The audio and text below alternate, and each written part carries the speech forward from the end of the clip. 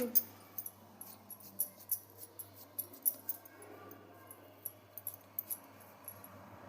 అట్టే తినచ్చు అనుకుంటా.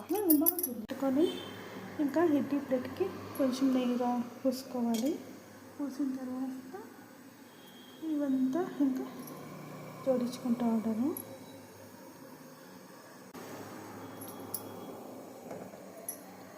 ఇంకా మూత పెట్టుకొని ఉడికించుకోవాలి.